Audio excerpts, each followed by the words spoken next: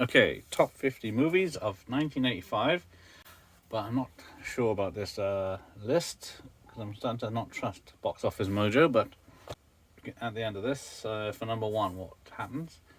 Anyway, let's go. Number 50, Invasion USA, Chuck Norris. A one-man army comes to the rescue of the United States when a spy attempts an invasion, of course. And number 49, The Sure Thing, John Cusack comedy. Walter Gibson is a university freshman going through a dry spell. His old buddy arranges a sure thing for him in California. Gibson and his classmate Allison then take a long road trip to Cali, and both foil each other's plans. 48, Lady Hawk. Matthew Broderick, Rutger Hauer, Michelle Pfeiffer in a Richard Donner fantasy film. It's alright. It's 2 hours, and it doesn't need to be. But it's great performances by all. 47, Year of the Dragon, Mickey Rourke in Chinatown for a Michael Cimino film from Cannes. This one's actually pretty good. Kind of violent at the time. Ex-rental. 46, Young Sherlock Holmes. When assaulted people start having inexpressible delusions that lead to their death, a teenage Sherlock Holmes decides to investigate. Nah, I do like it. It's a good film. Volunteers. John Candy and Tom Hanks re-team after Splash. In 1962, after a Yale graduation, womanizing Lawrence flees his gambling debts that his rich dad won't play. He takes his roomie's place in the Peace Corps volunteer in Thai Golden Triangle with 2 other PVCs. Will he survive 2 years?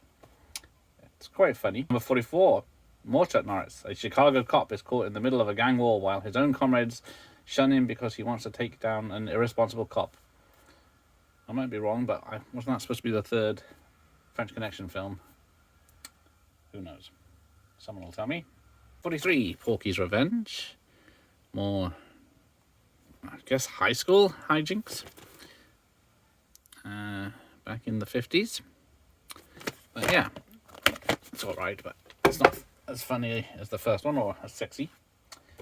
42, Disney's first film on the list, The Black Cauldron. This was a massive failure when it came out, and nearly destroyed the company, I believe. 41, bit of horror, Friday the 13th Part 5, The New Beginning. A New Beginning. Jason's back, or is he? It's one of the good ones. Number 40, the Care Bears movie. I don't have this, but the description is: the Care Bears team up with a troubled brother and sister who just moved to a new town to help a neglected young magician's apprentice whose evil spellbook causes sinister things to happen. No, I really do want to see it. 39, Santa Claus the movie. Yes, from the makers of Superman. Henry Mancini did the music, Charlotte Schwartz directed it, but Burgess Meredith, John Lithgow, and Dudley Moore. It's more about Dudley Moore's character than it is Santa Claus, but there we go. 38, Sexy Going On with Kelly LeBrock. From the director of Planes, Trains and Automobiles, there you go. And produced by Joel Silver. I did not know that. But it's a fun comedy. 37, The Emerald Forest. After the son of engineer Bill Markham is abducted by an aboriginal tribe on the edge of the rainforest, the engineer spends the next 10 years searching for him. 36, Summer Rental, more John Candy. This time headlining as an overt air traffic controller takes his family on a beach vacation, but is soon beset by a series of mishaps. 35, Fright Night, the original vampire movie. So what is that? One sequel, one remake, and a sequel to the remake. But this is the original and best. 34, Agnes of God. When a naive novice nun is discovered with a dead newborn in her convent quarters, a court-appointed psychiatrist investigates the case. 33, The Last Dragon. In New York City, a young man searches for a master to obtain a final level of martial arts mastery known as the Glow. Yeah, sounds terrible, but it's pretty good. 32, Prisoner, Jack Nicholson and Kathleen Turner as 2 professional assassins who fall in love. Don't think I've ever seen it.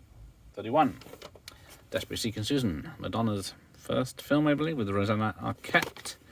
I'm not actually sure what happens. Don't think I've ever seen it. But I see a bored New Jersey suburban housewife Fascination with a free-spirited woman she has read about in the personal columns leads her for being mistaken for the woman herself. There you go. Number 30, A Nightmare on Elm Street, Part 2, Freddy's Revenge. One of the longest titles in horror history. But yeah, only 82 minutes. This flies by. That's pretty good. Number 29, Murphy's Romance. Sally Field and James Garner. Emma moves to a ranch with her son after a divorce and befriends an older Murphy, but things turn complicated when her ex shows up. Don't think I've seen that one. 28, Silverado.